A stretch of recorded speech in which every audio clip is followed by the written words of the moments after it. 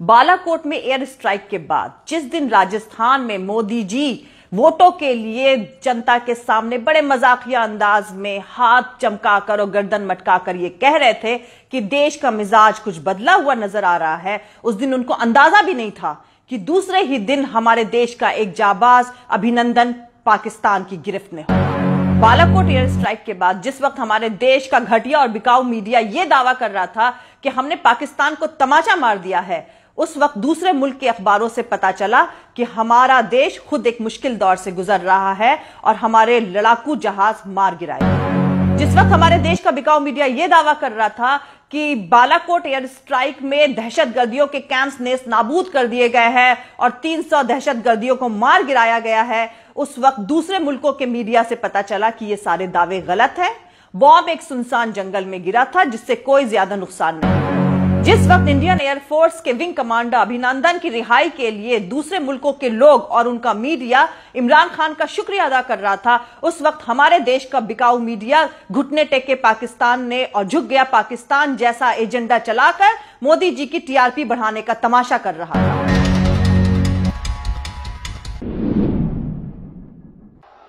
आज आपका मिजाज कुछ और लग रहा है। आपकी ये भावनाएं, आपका ये उत्साह, आपका ये जोश मैं भली भांति समझ रहा हूं।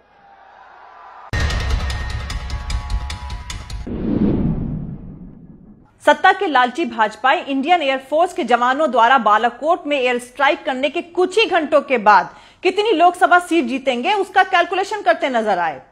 कर्नाटक से भाजपा के पूर्व मुख्यमंत्री येदियुरप्पा तो 44 जवानों की शहादत पर 28 में से 22 सीटें जीतने का दावा कर रहे हैं। भाजपा के पूर्व मुख्यमंत्री येदियुरप्पा, उनका बयान आया कि अब 40 जवान शहीद हो गए, अब हमारी 22 सीटें आएंगी। मैं इनसे पूछना चाहता हूं, 300 सीट लेने के लिए कितने लोगों को शहीद करोगे? हमारे कितने जवानों को शहीद करोगे? कितनी लाश और चाहिए तुम लोगों को? हमारे कितने जवानों के घर बर्बाद करोगे? कितने परिवार बर्बाद करोगे? कितने मां के बच्चे छीनोगे? कितनी औरतों को बेवा करोगे तुमको 300 सीट लाने के लिए?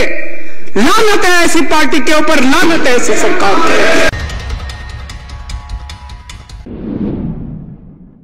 सिर्फ 15 दिनों में 49 Indian soldiers, 5 high rank officers, 4 fighter pilots और 2 फाइटर जेट्स के गंवाने के बाद भी मोदी जी देश सुरक्षित हाथों में होने का दावा कर रहे हैं और बॉर्डर को मजबूत करने के बजाय खेल ऐप का उद्घाटन और मेरा बूथ सबसे मजबूत का खेल खेल रहे हैं। पुलवामा में सीआरपीएफ काफिले के ऊपर हुए हमले के ऊपर उठे सवालों का जवाब ना देने के लिए उसे बालाकोट एयर स्ट्राइक की तरफ मोड़ दिया गया है।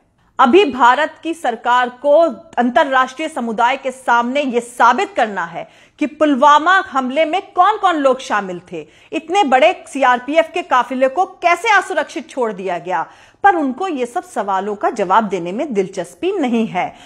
उनकी दिलचस्पी है इस मसले को दूसरी तरफ मोड़ देने के लिए। इसलिए वोटों के लिए पुलवामा की आड़ में उन्होंने इंडियन एयरफोर्स के पायलट्स को बालाकोट में एयर स्ट्राइक के लिए भेज दिया। दूसरे दिन पाकिस्तान ने भी जवाब दिया, उनके विमान भी हिंदुस्तान की सीमा के अंदर आए, उन्होंने एक हिंदुस्तानी विमान को गिरा दिया और उसके पायलट को पकड़ लिया। पाकिस्तान का दावा है कि उसने हिंदुस्तान के 2 लड़ाकू जहाज मार गिराए हैं, पर हिंदुस्तान कह रहा है कि उनका एक ही जहाज उधर गिरा है।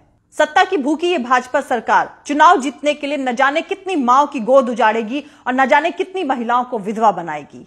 जंग में सबसे पहले जिस चीज को मौत के घाट उतारा जाता है वो है सच्चाई, क्योंकि जंग शुरू करने वाले दोनों देश की सरकारें ये नहीं चाहती कि सच्चाई अवाम तक पहुंचे। जंग के वक्त माहौल ऐसा हो जाता है कि देश के दूसरे दल भी घबराकर सरकार के पीछे ही रहते हैं, क्योंकि उन पर यह इल्जाम लग सकता है कि ऐसे नाजुक वक्त पर आपने सरकार का साथ नहीं दिया और इससे देश कमजोर हुआ। लेकिन ठीक उसी वक्त जब सच नहीं बोला जा रहा होता है, उस वक्त देश को सबसे ज्यादा सच की जरूरत होती है। उसे सत्य जानना होता है, क्योंकि जंग के वक्त देश के सारे संसाधन झोंक दिए जाते हैं और जनता से समर्पण की मांग की जाती है। हम समर्पण किस आधार पर करें, किस बुनियाद पर करें? वो बुनियाद तो पक्की होनी चाहिए। जहां एक तरफ पाकिस्तान के बुद्धिजीवी, उनके कलाकार और तमाम लोग जंग रोकने और अमन की बात कर रहे हैं, वहां हमारे देश के बुद्धिजीवी और राजनेता, फिल्मी नेता युद्ध के नारे लगा रहे हैं। ये वो लोग हैं जो कभी सीमा पर नहीं जाएंगे, जो कभी ये नहीं जानेंगे कि जंग का मतलब होता है जख्मी हो जाना, हाथ पांव गवा देना। जंग का मतलब होता है जिंदगी भर के लिए अपाहिज हो जाना। जंग का मतलब होता है अपनों को खो देना। जंग का मतलब होता है मौत और तबाही। सबसे इंपॉर्टेंट बात यह है कि ऐसे क्रूशियल वक्त में, जब चुनाव को कुछ ही दिन बाकी रह गए हैं, ठीक उसी वक्त जंग छेड़ने की बात क्यों हो रही है? इससे भाजपा सरकार को क्या फायदा होने वाला है?